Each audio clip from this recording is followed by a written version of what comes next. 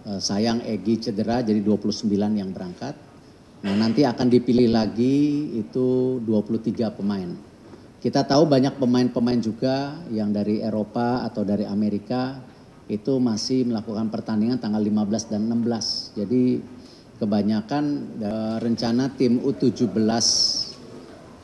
tim nasional kita akan berangkat tanggal 15 malam ya. Ke dini hari sih tanggal 16 untuk mulai melakukan training center di UAE. Di sana rencana tanggal 20 akan melawan tim dari China. Lalu tanggal 26 melawan tim UAE. Lalu berangkat lagi untuk mempersiapkan untuk Asia Cup. Ya, kita memang datang lebih awal ya. Kita rencana tanggal 29 Maret itu lawan Australia ya, ini U17. Sebelum nanti di kejuaraan Asia Cup itu kita satu pool bersama Korea, Yaman, dan Afghanistan. Nah, memang targetnya sama, kalau bisa kita menembus Piala Dunia. 8 tim yang ranking terbaik akan lolos ke pertandingan kejuaraan dunia U17. Untuk tim senior sendiri,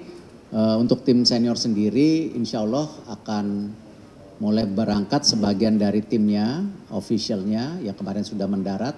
Insya Allah juga nanti malam saya ada rencana makan malam dengan mereka untuk mereview segala persiapan. Sebagian akan berangkat besok, tapi tim inti akan berangkat tanggal 16 malam nanti. Dan alhamdulillah approval dari AFC dan FIFA untuk pindah federasi, untuk Joy, Emil dan Din sudah tuntas kemarin. Jadi mereka masuk ke slot 30 pemain. Sayang Egy cedera jadi 29 yang berangkat. Nah, nanti akan dipilih lagi itu 23 pemain. Kita tahu banyak pemain-pemain juga yang dari Eropa atau dari Amerika itu masih melakukan pertandingan tanggal 15 dan 16. Jadi kebanyakan daripada pemain kita yang bermain di luar negeri ini baru mendarat di Australia itu tanggal 17-an. Ya, 18 mungkin ada yang baru mendarat juga, 19 latihan, 20 tanding. Tanggal 21 mereka kembali, mereka konsolidasi untuk mempersiapkan pertandingan melawan Bahrain. Itu yang saya bisa sampaikan untuk sepak bola. Kalau mau ada tanya jawab, silakan.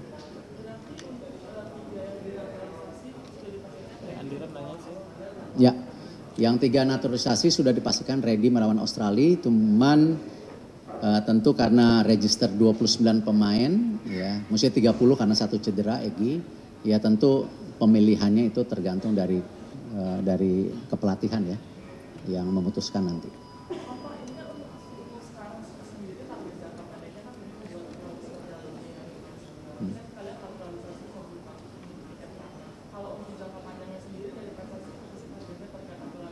Ya, sepak bola adalah olahraga global, bahwa karena penduduk Indonesia juga ada di mana-mana, ya.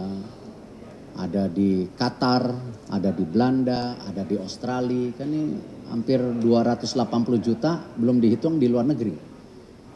Pekerja migran kita yang di luar negeri aja 8 juta.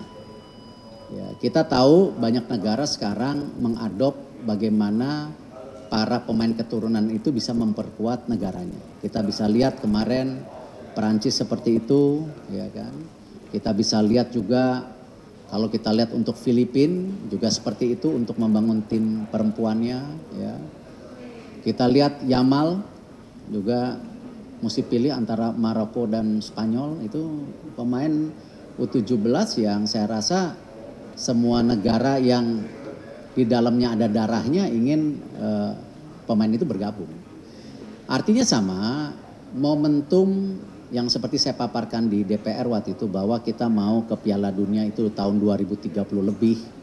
Tetapi momentum 2026 ini kita punya, ya kita harus melakukan upaya maksimal dengan membentuk tim pelatihan yang mungkin teman-teman media lihat ini kelasnya world class, ya, technical advisor-nya world class, pemainnya pun kita harapkan ya yang terbaik yang Indonesia punya gitu, ya kan. Dan di sini kenapa kita harapkan kita berusaha bisa lolos ya di babak penyisihan saat ini. Karena kalau kita lolos babak penyisihan hari ini, September, Oktober, November, dan Maret tahun depan kita ada 8 pertandingan yang kita bisa persiapkan untuk Piala Dunia. Nah, karena kalau kita ranking 3 dan 4 berarti Oktober, November kita harus ikut playoff. Nah, bagaimana posisi daripada pembinaan pemain sejak dini? Ya sama. Tadi saya sampaikan tim U17 kita ini di bawah Coach Nova ini sudah training center cukup lama dan bertanding. Kalau dilihat pemainnya tidak ada naturalisasi. Tapi di situ ada pemain ya seperti Matthew Baker yang bapaknya orang Australia, ibunya orang Indonesia, yaitu memang bagian daripada globalisasi. Apakah kita tidak membina grassroots? Membina. Liga sendiri punya Elite Pro Academy. Ya, ada 17, 20. Kita juga bikin Pertiwi, ya.